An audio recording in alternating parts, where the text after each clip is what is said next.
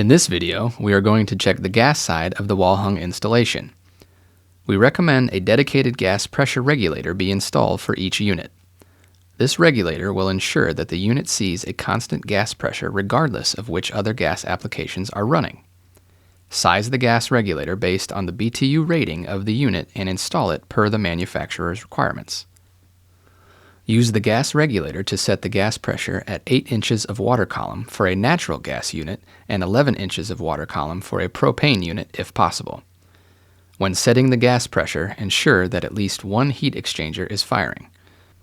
Additionally, ensure that the dynamic gas pressure does not drop more than 2 inches of water column from the static set point.